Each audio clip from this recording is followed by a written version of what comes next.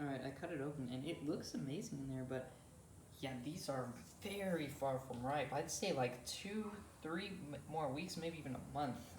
I'm gonna let this one sit for a few weeks and see what, if it turns purple, then it'll be ready to eat, but I'm gonna try this. Hey guys, I'm just gonna give you a short episode today here. We're gonna check out this strawberry tree I have, and technically it's my neighbor's, but I just want to explain to you what a strawberry tree is, and we're gonna take a look at it. So first I gotta get up there, so I'm gonna climb up the rabbit cage here, and then try and go on the chicken cage, then try and go on the fence and see if I can climb it from there. I don't know if we're gonna be able to make it all the way up, but I can already see some fruits up there, so it's pretty cool. Alright, clean this off by the way. Let's see, how are we gonna get in? We might need to climb on the roof over there. So, trying to do this one-handed. Shoot, look at those fruits. See, the problem with these fruits is they don't mature for some reason. Okay, alright, we're getting there. Oh shoot, okay, we made it, kind of. I want to get in the actual tree though, but look at those blossoms right here. It's actually a fairly common tree in Southern California, and you can see this is the fruit right here. Basically, when it matures, it gets pretty big, turns red and orange, and it is very squishy, kind of like a raspberry, but they call it strawberry tree or cane apple. There's like 1,000 different names for it, and yeah, it seems like just a common tree that people just used to plant, but it's actually like, I'm pretty sure it's native to Brazil or something, tropical, and it has pretty good tasting fruit. Alright, I'm just gonna try and get around here. Okay, how can I get into this tree? We can climb on this roof for sure. Alright, on my neighbor's roof. Okay, here we go. Alright. Now, just need to get in here. Okay, I'm in the tree. So, you can see the bark is, it's red. It kind of can be like dark color. But, take a look around. Yeah, this tree is definitely tropical. But here's a problem we're experiencing. The fruits, like, they rot up kind of like that, and they dry out, and there's nothing. They're just rock hard, and they're very small, not very well tasting. So I think it might be, I mean, it looks like it's getting watered by the sprinklers, but there's just no fertilizer probably going into it. So yeah, I'm gonna have to check that out. I'm not sure what the problem is, because this tree looks like it's very healthy, but we're gonna keep a watch on it, because I want to get some of these, because I got them a few years back and they were delicious, and they're beautiful fruits. I just spotted another tree down there though. Look at that. That's a fig tree, so we're gonna hop down there and take a look at that. Look at this. Got a fig tree right here. Looks like it was grown from seed. You can always tell fig tree because it has these leaves that's like kind of like a 5 shape. And we have another one in the front yard that was grown from seed. I'll show you in a second. But yeah, anyways, here's the strawberry tree. Here's the fig tree. I think it was probably grown from seed. And then we also got this one that looks like a longan. This is, no, this is not. These trees, I don't like them. They grow from seed pretty easily. They smell really gross though, and they have a bad bark. It's not very good looking. I think there's some more over here. Right here, we got a bunch more that were grown from seed. And here's our neighbor's lemon tree. It doesn't grow very well. It's our fig tree. I've shown it in other videos, but I just want to show you this. I think it's been 3 years. Threw a seed in here, and you can fruit it in like a year actually, or just 2 years, but from seed, like 3 years, probably, maybe 4, I don't know. I think it's 3 though. Look at how big that trunk is. That's huge. We don't fertilize it. We water it a bit. It always loses every single leaf during the winter. Whoa. Look at that. That's a big fruit up there. I don't know how to tell if they're ripe. I really want to try some though, because I haven't tried any of the fruits yet, and it looks like we are going to get a big harvest this year. Fruit, figs, most people don't really like them that much, but I actually really like them. And yeah, they, like, if you had a good fig, like I had a wild fig at the nature center. They taste delicious. They're full of water, really juicy, really sweet. Tastes like just a bite full of like delicious jelly. Also right here, we have this is shoot, what is this? This is like a grain that I tried to grow a long time ago.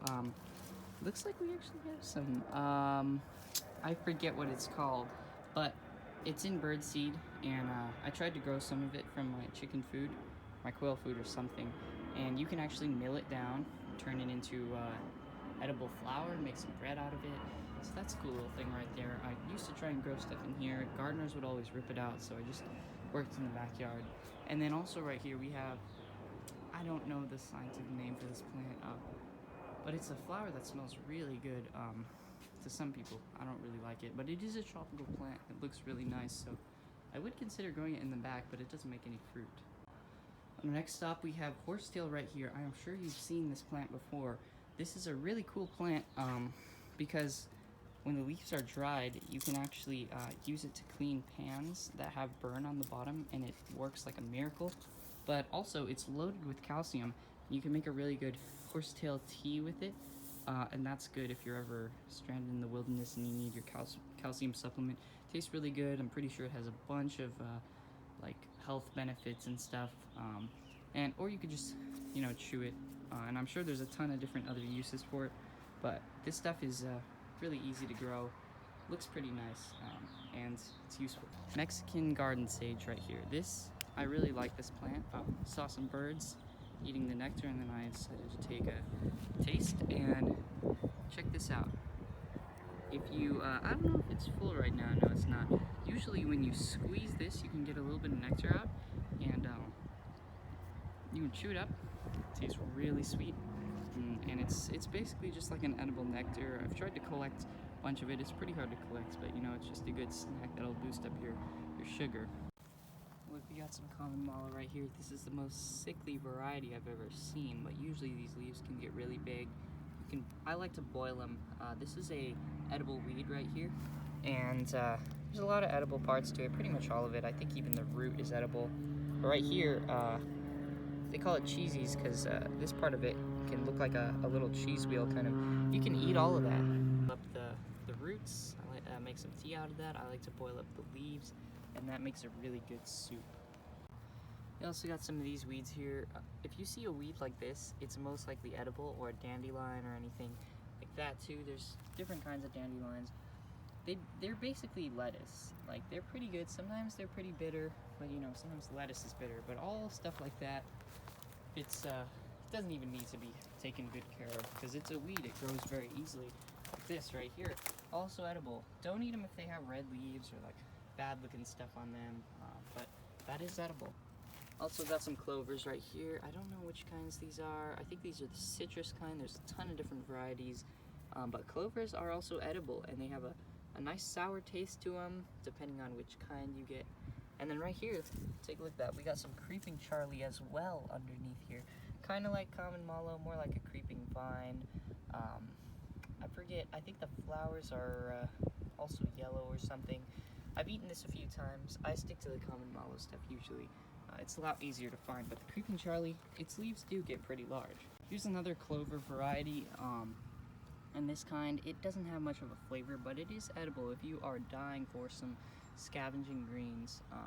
Me and my friends used to go on field trips to parks, and we would make salads out of all the edible plants, and this was really easy to find, so it's a nice addition to a salad. Good color, and even though it's pretty small, you can usually find a huge forest of it. Now right here, this isn't your usual wild edible plant, but you can eat the little seeds on these. And sometimes, if you find the right variety, once the seeds get really hard, there's actually a bit of a starch you can crush out of them. You need to wait till they turn brown, but you can actually crush a starch out of them, and I'm pretty sure you can make flour out of that. I haven't tried it yet, but I would like to. We also got this right here. Don't know what it's called, but I know the root's poisonous for a fact. Alright, right here we have a dandelion.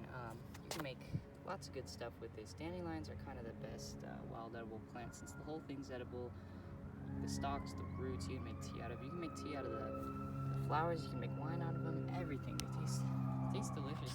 And if you pick the young leaves, small leaves, those are the best ones because those will be more sweet and bitter.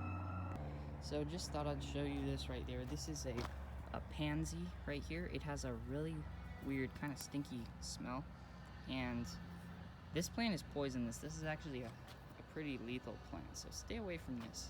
Don't stay away from these, however, which is the other variety of dandelions, which is, it's not too beautiful. It looks more like a weed. You got smaller leaves here. This is also another edible variety. I'm pretty sure you can eat everything on here too. Found this real quick out of the corner of my eye. We got Crestback here. Similar to watercress, this kind can grow not in water, I guess.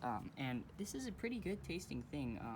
The best is when you mix it with pomegranate juice and stevia. It tastes like honey. A little bit, you know, you probably won't have all that in the wilderness, but if you need another green, this is a good one right here.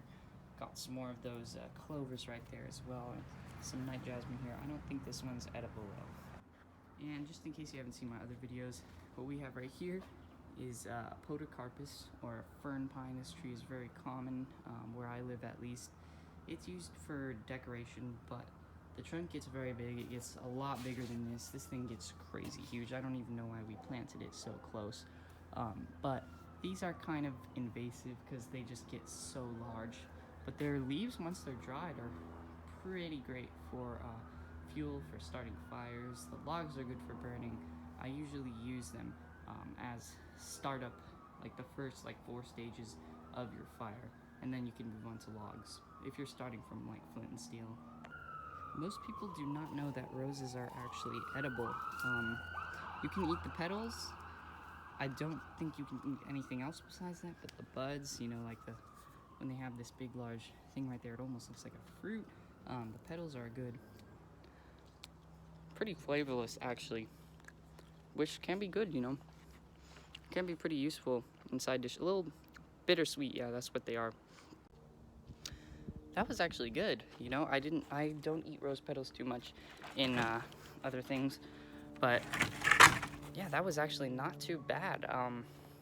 You can use them as a plate, you know, organic plate if you want to make it look nice. You cover the bed of rose petals and then you put some fruit on top of it, or your other edible greens or something.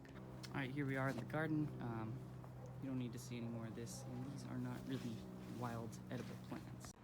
All right, so that's just been my knowledge on edible or useful plants around my house. I'm trying to learn like the name of pretty much every plant in the world, but for now I'm working on the ones on my property, because mostly we've been focusing on just these garden crop, or like, you know, like normal plants that people eat, but I'd like to learn all of them. So thanks for watching, and see you in the next episode.